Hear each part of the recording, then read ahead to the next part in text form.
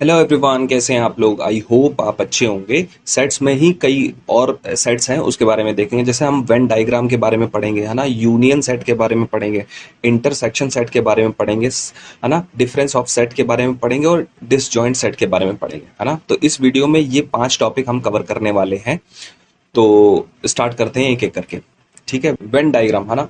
When diagram is a diagram in a universal set and represented by the rectangle and its subset are represented by close circle, है ना। ठीक है, तो अब जैसे कि ये एक वेन डायग्राम है। वेन डायग्राम जो है रेक्टेंगल से हमने रिप्रेजेंट किया है ना। रेक्टेंगल से हमने रिप्रेजेंट किया है। इसका जो रेक्टेंगल है ये हमारा यूनिवर्सल सेट है। ठीक है, और जो इसके अंदर सबसेट है इसके, है ना, ये सर्कल में हमें रिप्रेजेंट किए जाते हैं। सर्कल में रिप्रेजेंट किए जाते हैं, जैसे ए एक सर्कल है और बी एक सर्कल है, तो ये क्या है, सबसेट है यूनिवर्सल सेट का। ठीक है, तो you all the student your class, है ना। मान लीजिए जितने भी स्कूल में स्टूडेंट है वो यूनिवर्सल सेट हो गए, है ना। All student of class 11th में जितने भी स्टूडेंट है, 11th में जितने भी स्टूडेंट है वो हमारा एक सेट हो गया, ए हो गया हमारा, हाँ, एक हमारा सबसेट हो गया पूरे स्कूल का। वही अगर बी वाले उसकी सबसेट की बात करें तो मान लीजिए 12th क्लास में जितने भी स्टूडेंट है वो एक सबसेट हो गया हमारे यूनिवर्सल सेट का। ठीक है, तो वेन डायग्राम इस तरीके से रिप्रेजेंट करते हैं। ठीक है, ये जो यूनिवर्सल सेट है इसको हम रेक्टेंगल में रिप्रेजेंट करते हैं और उसके अंदर जो सबसेट है उसको हम सर्कल में रिप्रेजेंट करते हैं। ठीक है, अब हम जो हमारा वेन डायग्राम है ना, सेट है, उसके ऑपरेशन के बारे में देखते हैं, ऑपरेशंस के बारे में देखते हैं। तो ऑपरेशन जो है 3 तरीके के होते हैं। एक तो यूनियन सेट होता है, एक इंटरसेक्शन सेट होता है, एक सेट डिफरेंस सेट होता है। ठीक है, तो ऑपरेशन ऑफ सेट में क्या होता है, 3 तरीके के ऑपरेशन होते हैं हमारे सेट में। एक यूनियन सेट होता है, एक इंटरसेक्शन सेट होता है, एक सेट डिफरेंस सेट होता है ना। तो पहला देखते हैं यूनियन सेट क्या होता है। यूनियन सेट, मान लीजिए एक ये सेट ए दे रखा है और एक सेट ये बी दे रखा है। ठीक है, तो इसको अगर हम ए और बी को अगर यूनियन करें तो कौन सा एलिमेंट आएगा, ये पूरे एलिमेंट आएंगे, लेकिन रिपीट एलिमेंट नहीं होना चाहिए। ये पूरे एलिमेंट आ जाएंगे लेकिन रिपीट नहीं होना चाहिए। जैसे कि 2 4 6 8, है ना। 6 हमारा हो गया, 8 हमारा हो गया, 10 और 12। ठीक है, तो ये हमारा यूनियन हो गया, 2 4 6 8 10 12। ठीक है, ये हमारा यूनियन। तो यूनियन इस तरीके से निकालते हैं। और एक और एग्जांपल लेते हैं, फिर समझते हैं। जैसे कि एक सेट है हमारा x और एक हमारा सेट है y। ठीक है, ये जो है RGA, है ना, और y में है GSRE। ठीक है, अब इसका हमें अगर यूनियन निकालना है, इन दोनों x और y का अगर हमें यूनियन निकालना है तो यूनियन कैसे निकालेंगे, RGA, है ना, G ऑलरेडी है, S और RE, तो RGASRE हमारा जो है यूनियन निकल गया। ठीक है, इस तरीके से हम यूनियन निकालते हैं। अब हमें यूनियन को इंटरप्रेट करने की कोशिश करते हैं। यूनियन हमें बताता क्या है। X and Y represent student who are football player और क्रिकेट प्लेयर बोथ, है ना। इसमें क्या है, फुटबॉल प्लेयर भी है, क्रिकेट प्लेयर भी है और दोनों है। अब प्रॉपर्टीज देखते हैं यूनियन सेट के बारे में। यूनियन सेट के कुछ प्रॉपर्टीज के बारे में समझेंगे कि यूनियन सेट में कौन कौन से प्रॉपर्टीज हम इस्तेमाल करते हैं। जैसे प्रॉपर्टीज ऑफ यूनियन सेट, है ना।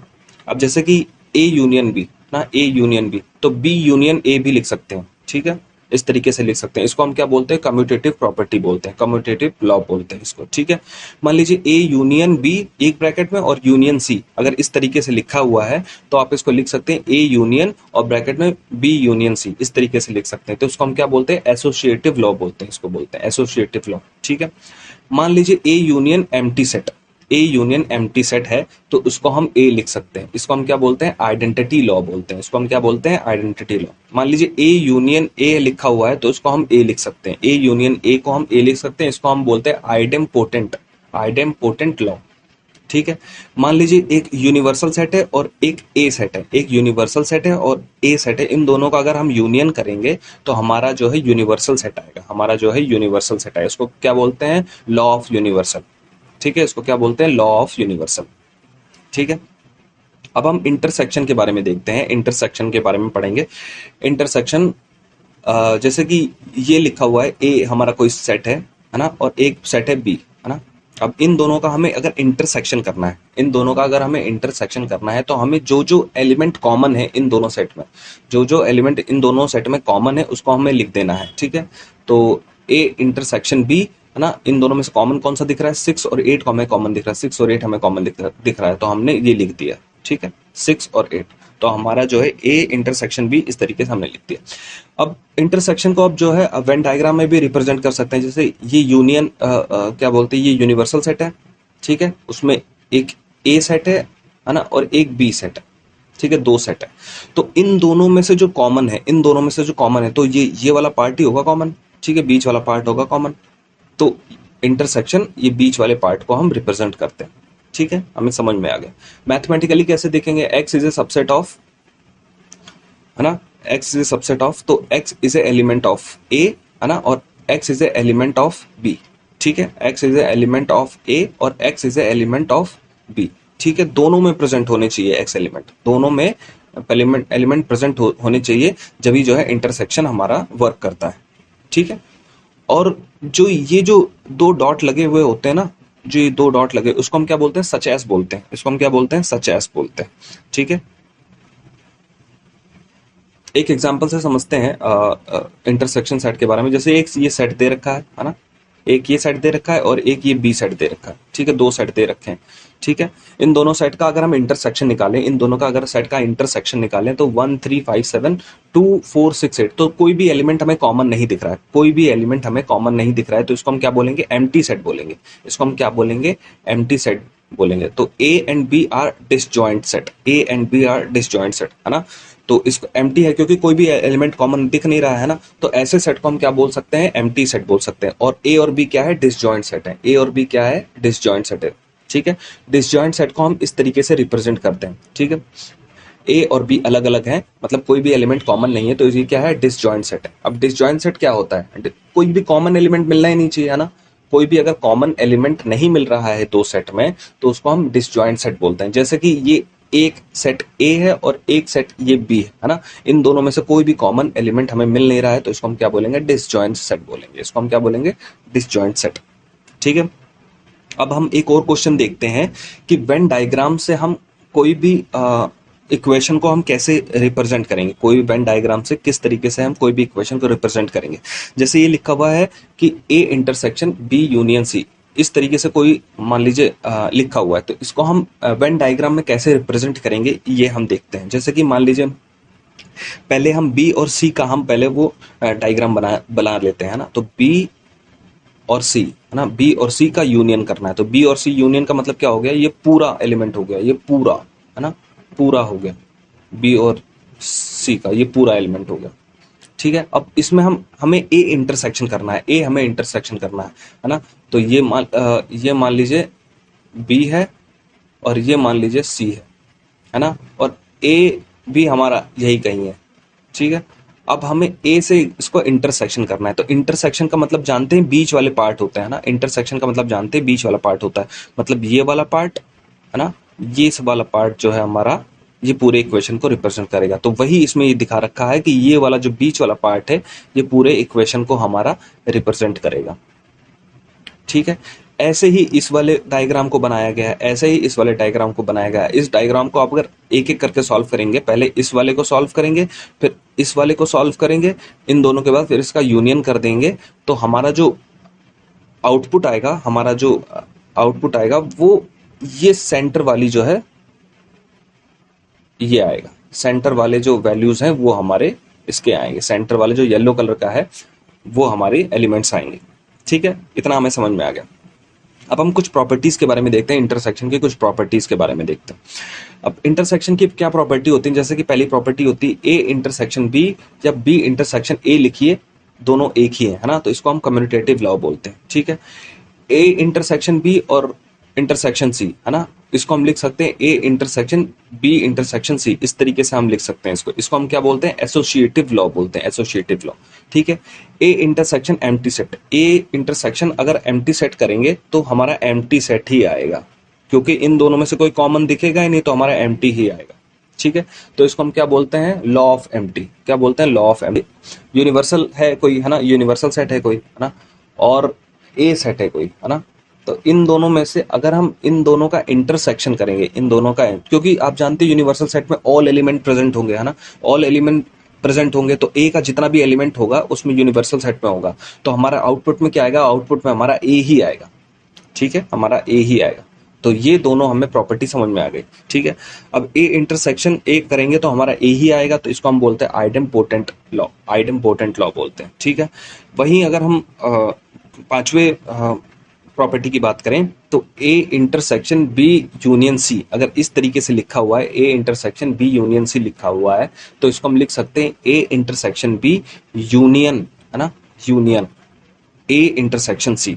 ठीक है, A intersection B union A intersection C, इसको इस तरीके से लिख सकते हैं हम। तो इसको हम क्या बोलते हैं, डिस्ट्रीब्यूटिव लॉ बोलते हैं। इस तरीके से हम अगर लिख दें तो इसको हम बोलते हैं डिस्ट्रीब्यूटिव लॉ। ऐसे ही A union B intersection C लिखा हुआ है, A union B intersection C लिखा हुआ है, तो इसको हम लिख सकते हैं A union B intersection A union C, A union B intersection A union C, है ना। तो ये जो है अलग अलग हो रहा है, तो इसको हम क्या बोल सकते हैं, मतलब इस तरीके के अगर हमें लिख दिया हमें, तो इसको हम बोलते हैं डिस्ट्रीब्यूटिव लॉ, है ना, इसको हम बोलते हैं डिस्ट्रीब्यूटिव लॉ, है ना। दोनों ही जो है डिस्ट्रीब्यूटिव लॉ को रिप्रेजेंट कर रहे हैं। देन डिफरेंस ऑफ सेट के बारे में बात करते हैं। डिफरेंस ऑफ सेट क्या होता है, ठीक है, डिफरेंस ऑफ सेट हम देखेंगे।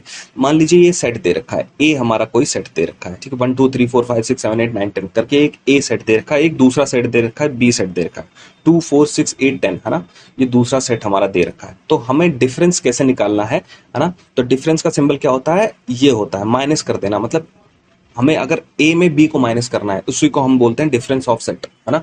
तो ए में से अगर हमें बी को माइनस करना है तो जितने भी एलिमेंट बी वाले प्रेजेंट है ना, जितने भी एलिमेंट बी वाले प्रेजेंट है ए में उसको माइनस कर दो।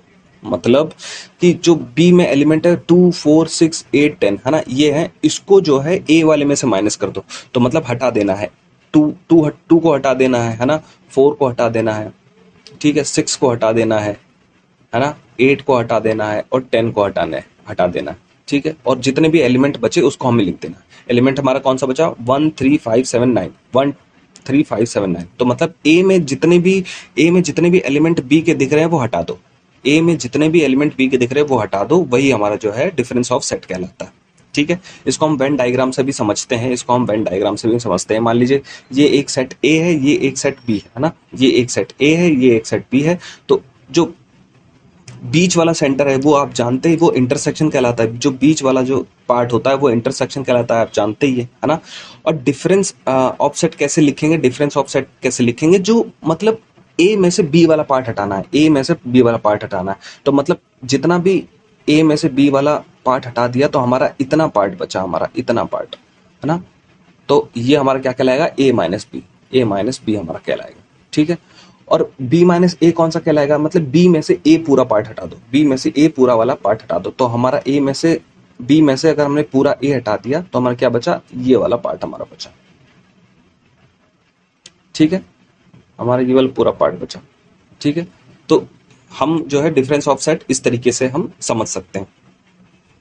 एक एग्जाम्पल से और समझते हैं डिफरेंस ऑफ सेट कैसे हम यूज करते हैं। जैसे कि मान लीजिए a माइनस बी हमें लिखना है, a माइनस बी लिखना है और ए इंटरसेक्शन बी लिखना है ना, तो इन दोनों का अलग अलग डायग्राम बनाते हैं। पहले इन दोनों का अलग अलग डायग्राम बनाते हैं। तो ए माइनस बी का डायग्राम हमने बनाया, मान लीजिए ये एक सेट ये है, ठीक है, और एक सेट ये है ना, ठीक है, एक सेट ये। तो ए माइनस बी हमारा कौन सा हो गया, ये वाला पार्ट हमारा ए माइनस बी हो गया, है ना, ए माइनस बी हमारा ये वाला पार्ट हो गया। ठीक है, ए इंटरसेक्शन वाला पार्ट कौन सा, बीच वाला हमारा ए इंटरसेक्शन पार्ट हो गया, है ना, ए इंटरसेक्शन पार्ट हो गया। अब ये क्या कह रहा है, इन दोनों का जो है इंटरसेक्शन कर दो, इन दोनों का इंटरसेक्शन कर दो, तो ये वाला पार्ट कहीं और है, ये वाला पार्ट कहीं और है, इन दोनों में से कॉमन कुछ है ही नहीं, कॉमन कुछ है ही नहीं, क्योंकि ये वाला पार्ट, ठीक है, और ये वाला पार्ट, अब ये वाला पार्ट जो है ये अलग है, ठीक है, और ये वाला पार्ट अलग है। अब इन दोनों में से कुछ कॉमन दिख ही नहीं रहा है, ये अलग पार्ट है, ये अलग पार्ट, इन दोनों में से कॉमन कुछ दिख नहीं रहा, तो ये क्या हो जाएगा, एम्प्टी हो जाएगा हमारा। ठीक है, हमारा कोई भी एलिमेंट प्रेजेंट नहीं है। ठीक है, तो इतना आपको हमें समझ में आया। So thank you.